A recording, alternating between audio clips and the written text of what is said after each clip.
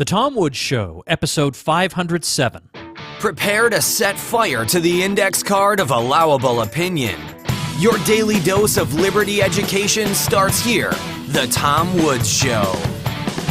If you're thinking of starting that new blog or website, now's a great time because I have increased the bonuses I'm giving away.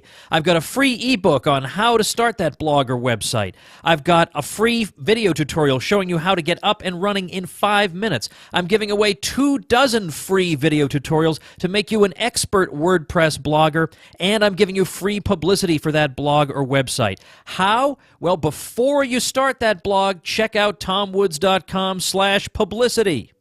Welcome to episode 507. What an interesting topic we have today, and it's totally unexpected. Here's what I mean by that.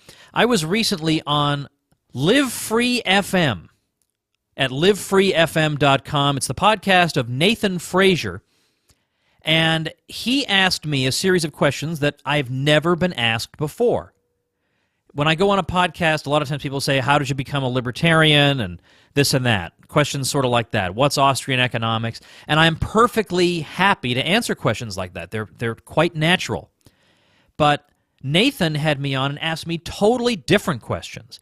And in particular, he wanted to know, why should anarcho-capitalism be preferred over anarcho-socialism? In other words, in the primordial question of how society is going to be arranged, do we give priority to property or not? Do we acknowledge a right of private property? And if so, how do we parry the claim that private property introduces rivalry into society? It introduces conflict into society because I'm constantly saying, this is mine and it's not yours, and so on and so forth. Isn't this a problem? So he raised questions like this with me again and again, and I didn't expect any of these questions, so I'm answering them spontaneously and on the fly, and you can judge for yourselves whether I did a good job or not. But either way, I thought you might enjoy listening to it, and if you do enjoy it, you might also consider listening to Nathan's podcast.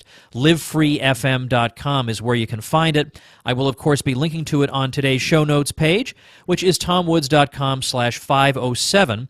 I have a big reminder for you after my conversation with Nathan here, so please do stay tuned. Don't switch it off as soon as I'm done talking with him.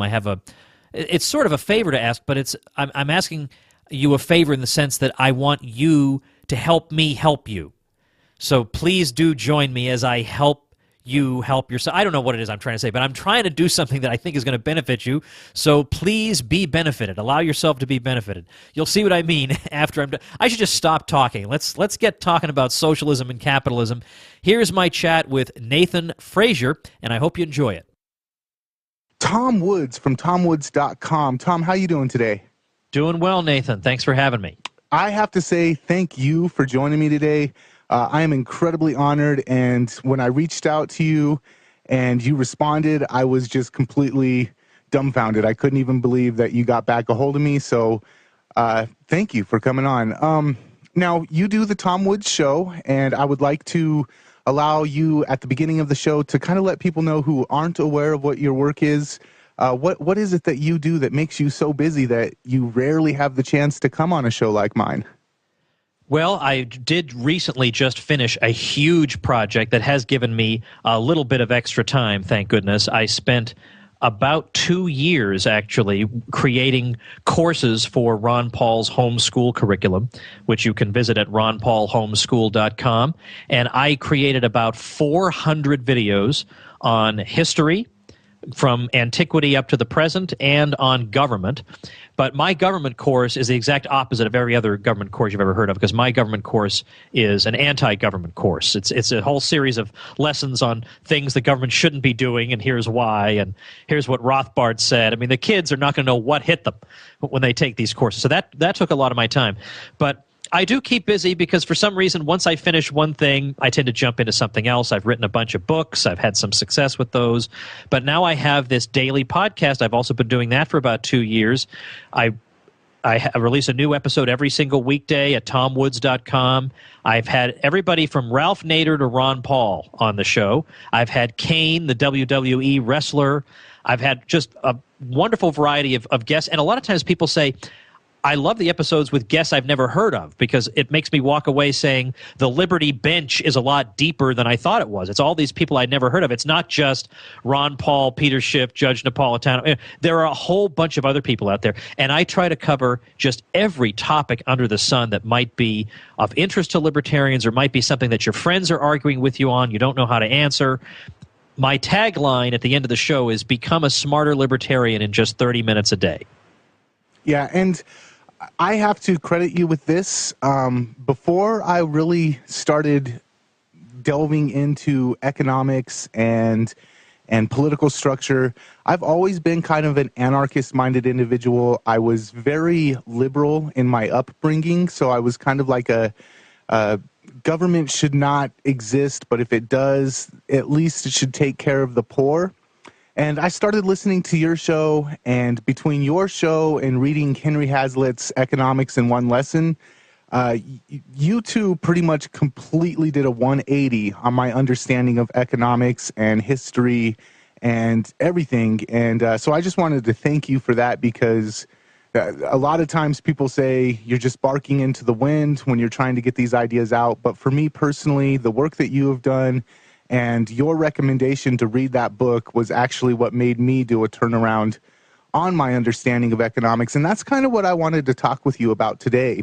I wanted to propose an imaginary scenario. We're constantly inundated in the liberty movement and in the conspiracy theory, quote unquote, realm of this October or this September, the economy is going to collapse and the government's going to fall apart and all this fear mongering. I kind of wanted to just kind of pretend that that actually did happen.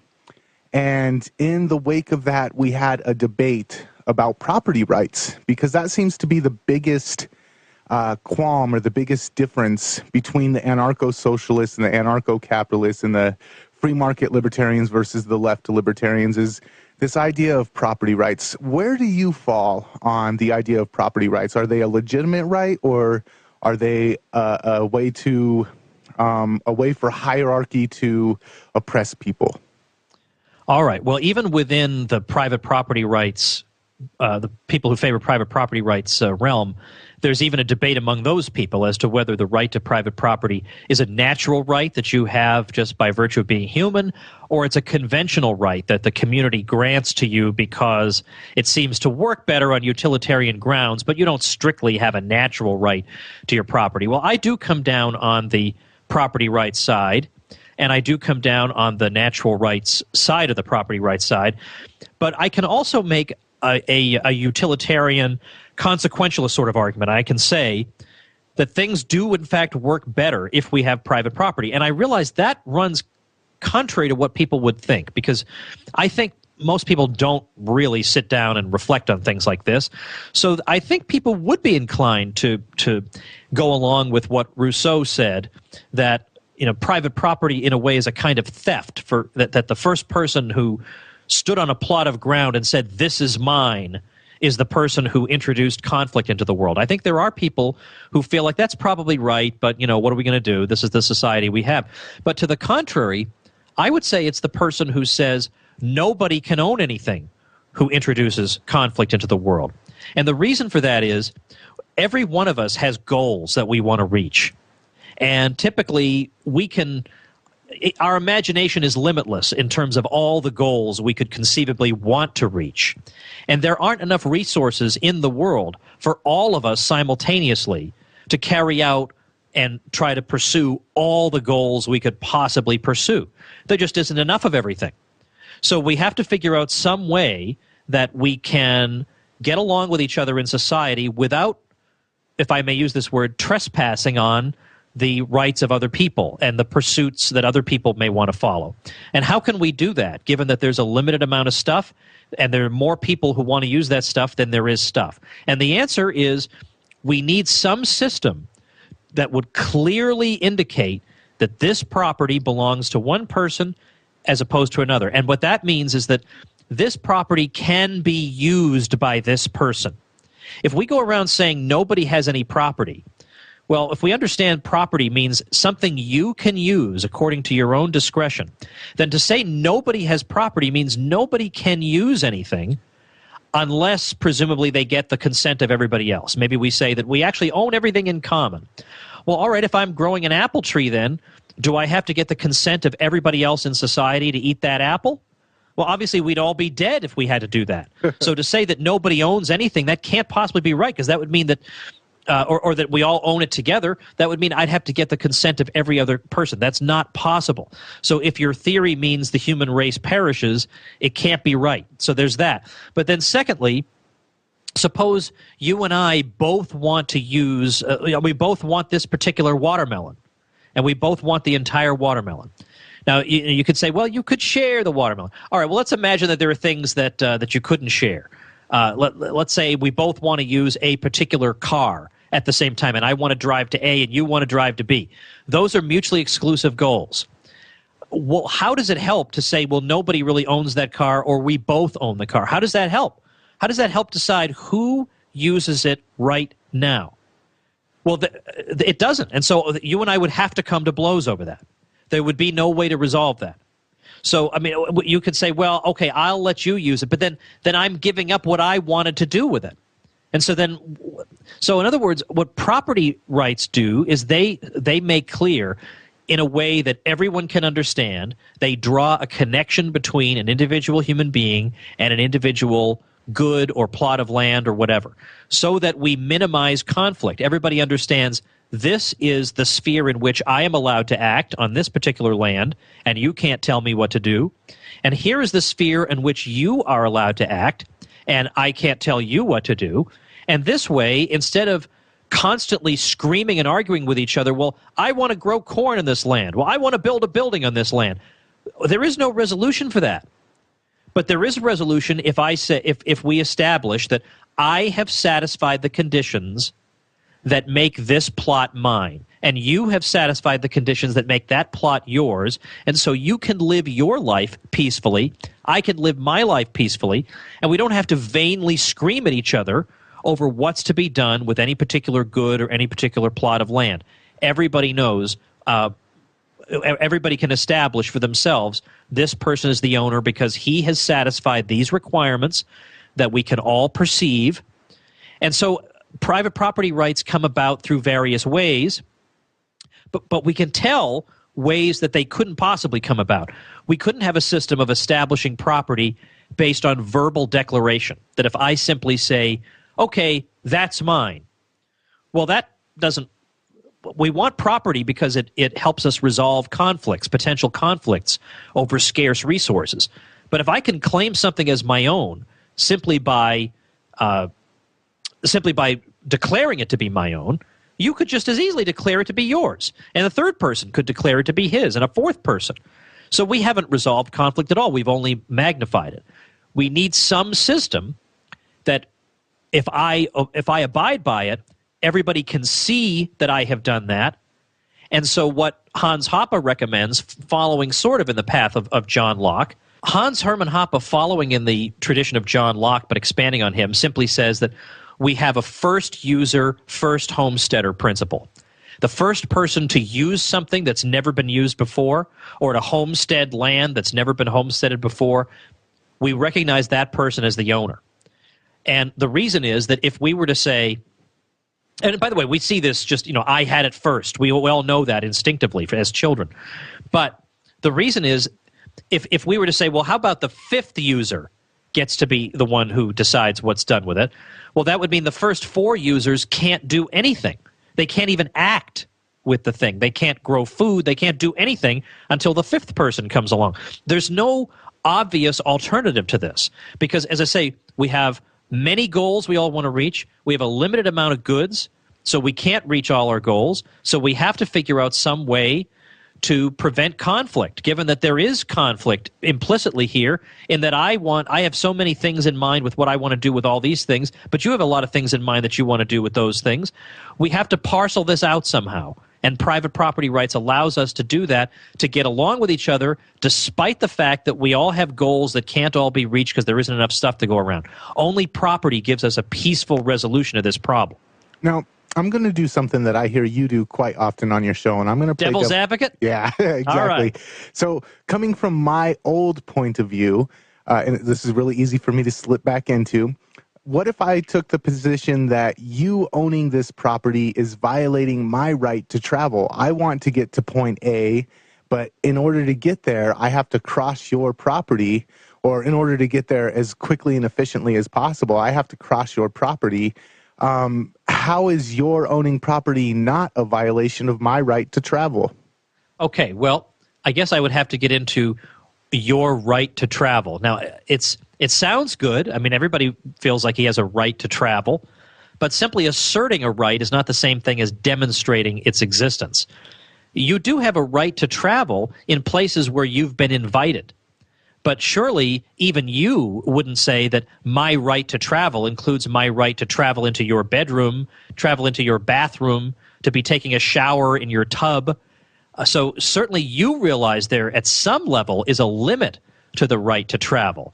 Now, if you had a long-standing right to, let's say there was some previously unowned property and everybody used to just walk through it. Well, oftentimes this establishes an easement right to use this property. So even if somebody builds a house next to it, then we recognize this long-standing right to pass through this part of the property. So there are ways to incorporate what you're asking for. But really, you yourself realize that I can't travel anywhere I want. I mean, really, I could be following you around all day, all around your house, and I would just be saying I'm asserting my right to travel. You'd say, hold on a minute. There's a limit to your right to travel. And I'd say, okay, what is the limit? And what it would really come back down to would be property. It's that you don't have a right to travel on my property because this is my sphere of action. You know, given that, I mean, suppose I had elephants and you've got your property and I just say, I want to stampede my elephants through this area, and if you were to stop me, that would be violating my and the elephant's right to travel. At some point you would say, I don't want elephants crossing through in front of my house all the time. I don't want strangers coming through or getting drunk on my property or throwing bottles everywhere. I don't want that. But on what grounds can you assert that you don't want that if your view is that no one can make decisions on any particular property because there's no such thing as property? It leads to all kinds of undesirable situations, and it leads to conflict where otherwise we would at least have some kind of understanding that here's where I can go, there's where you can go, and now we don't have to fight with each other over it. And now you don't have to disturb my peace. Because if you just trample through my property, you may say you're asserting your right to travel. But you're also disturbing my right to privacy. And if we're just going to talk about these abstract rights disembodied without being rooted in property, we're not going to be able to resolve this. Because you would admit I do have a right to property, to privacy, and you have a right to travel. How can we resolve those two rights other than by coming to blows? The only way to do it is through establishing property rights. And then we realize that I have privacy on my land and my property, and you have the right to travel on your property and on the property of anybody who will freely admit you. And then we have no struggles with each other anymore. Okay, so I'm gonna start throwing some curveballs at you. So that one wasn't one. Okay. All right. Well, that was a good explanation, but these are where it really starts to get tricky. So, say me and you are neighbors, and you have to wake up early tomorrow to get to work on time, and I have the need on my property to entertain guests and play music loudly until 2 o'clock in the morning. How do we resolve, absent government, absent you calling the cops on me and me and you getting into a big conflict about this is my property, well, this is my property. How do we resolve issues like that where I'm doing something on my property, but it is interfering with your ability to enjoy your property? Yeah, that's a very, very good question. Well, without having to get into the weeds of anarcho-capitalist theory, I'll just say as an assumption that in the absence of government, we would still have some institution that we would delegate, well, that I would hire for the purposes of security, for example, because we believe in the division of labor. There's no reason that, in the same way I don't do my own plumbing, I don't do my own making my own clothes, I also wouldn't do my own protection services. I'd have a gun maybe in a security system, but apart from that, I'm not going to monitor my property all the time. I have other things to do. So I would have an institution, and you would have an institution that you would go to if you were robbed or whatever, because we can't be vigilantes. I'm not good at it. I don't know where to look for the guy who stole my stuff, so I would hire somebody who specialized in it. So first of all, I'd have an institution that would help me in a case like this. So let's bear in mind there would still be some institution that would help resolve a situation like this. But the question would be, how would it be resolved according to the principles of private property? How would that institution come to the right conclusion? And I see two possible ways out of this. One would be, I think people are much more likely in a stateless society to arrange themselves in what today we recognize as homeowners associations. That I'll join a neighborhood, but basically everybody understands that one of the rules, one of the rules of this neighborhood that we all agree to when you pay your fee, and if you don't agree to it, then don't move into this neighborhood, is that after a certain time of night, the music has to stop. Now, it may be that I want to go to bed at 9, and the homeowners association says the music can go on till 11. Well, then I either have to change their minds on that, or I got to find a different house. So it may even be that, even with some rule in place, it still runs the music too late for me, but that's the rule. Well, likewise, on your end, the rule would be, look, you agreed to this, you consented to these rules when you moved here, and so if you're in violation of these rules, you're going to have to ask you to leave. So private property helps to resolve it. But suppose we're not in a situation like that. Suppose we're just two isolated households. We don't belong to any association. How would we resolve it then?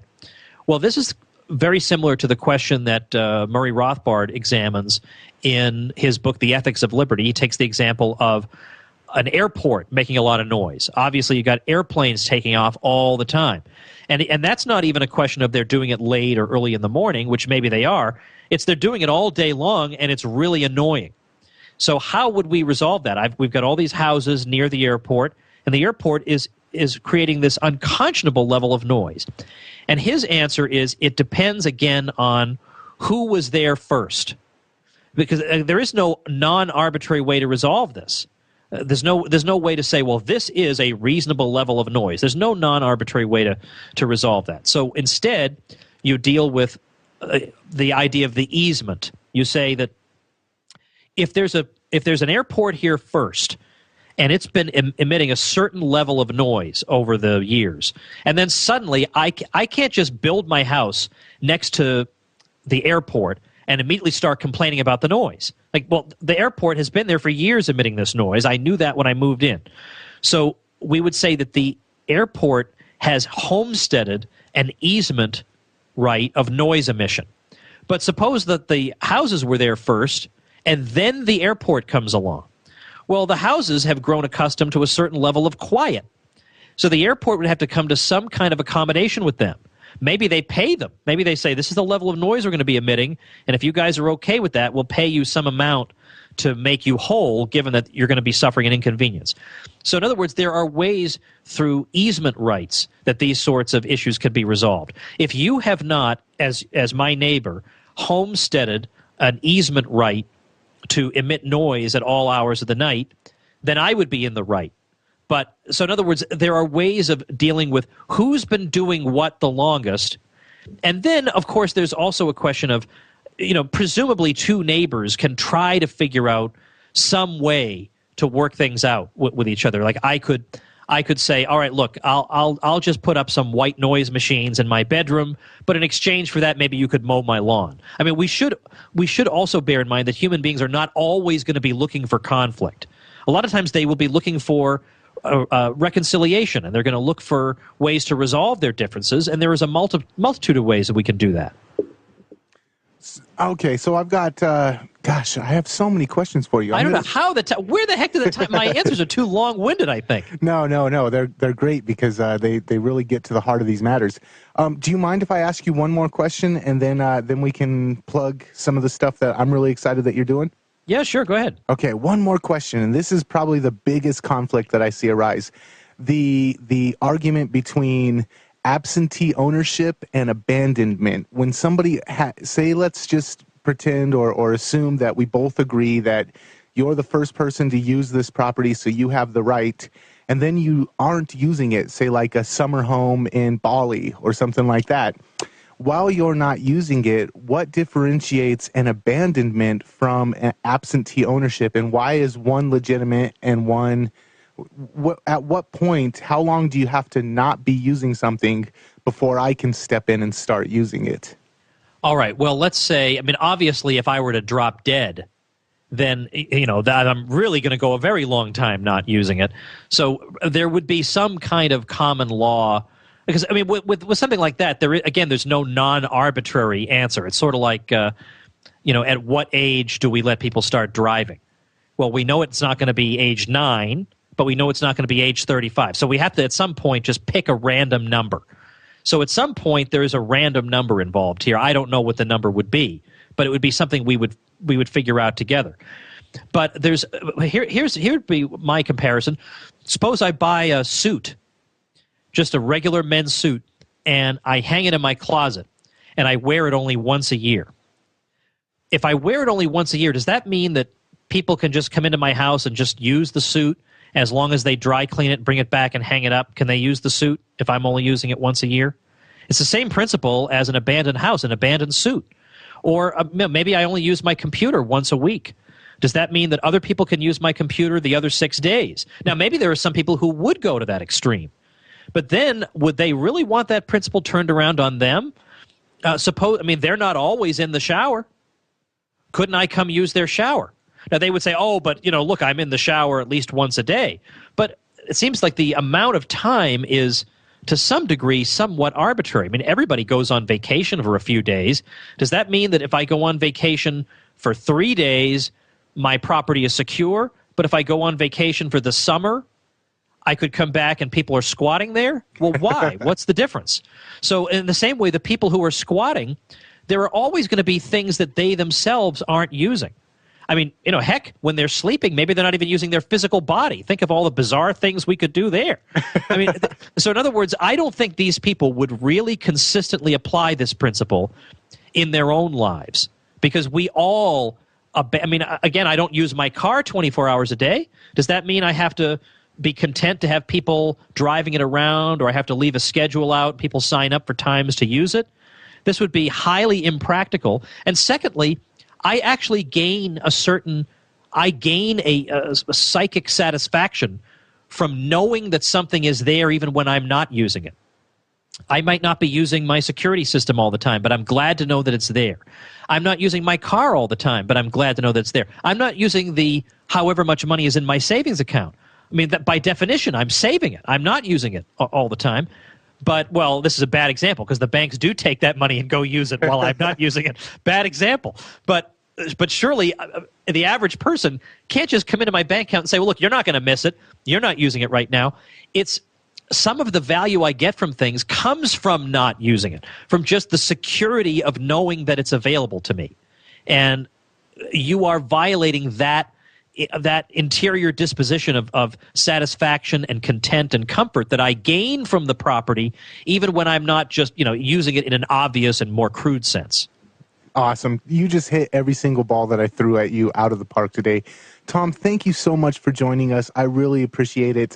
Where can people go to find more of your work? And I wanted to give you the chance to plug your new project that you're working with Bob Murphy on. Oh, yeah. Okay. I have two podcasts. I have a million things I'm doing, but they all pivot around one thing, which is my weekday podcast. I'm at about 500 episodes, tomwoods.com. If there's some topic you want to know about that I haven't covered, let me know and we'll get to it. So that's the first thing, tomwoods.com. But secondly, I'm going to have to revamp tomwoods.com to include a link to this second project that Nathan just mentioned. Bob Murphy and I have a podcast now every single week. Every single week, we refute Paul Krugman's New York Times column. And so what we're trying to do is teach economics by refuting Krugman. So the show is called Contra Krugman, and it's up there at contrakrugman.com.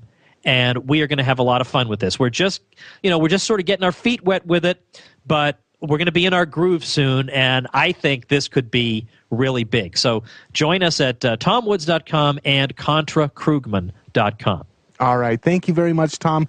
Everybody go to tomwoods.com and contrakrugman.com. Awesome stuff for you there. Like Tom said, close to 500 episodes. you're going to be busy for a while, and you're probably going to learn a lot. I know that I did. Tom, thank you for joining us. All right, check out Nathan over at livefreefm.com. Not always suitable for work, but always thought-provoking, and it was my pleasure to be on his show. Let me remind you something before I talk about what's coming up tomorrow. Actually, I have no idea what's coming up tomorrow. I haven't thought about it yet. Tomorrow is a big dead zone in the scheduling of the show, so I'll probably do an episode on whatever on my own. So, yeah, I don't know what tomorrow is. No idea. So that's an empty, false promise I'm making. But what I do want to remind you of is please, please, please attend my webinar. First webinar I'm ever doing. I'm just the co-host, but it's my first webinar ever, and it's this coming Tuesday, October 13th, 2015, and it's on how to build your email list. If you're a blogger or an entrepreneur or a business owner or whatever, you need an email list. You absolutely have to succeed.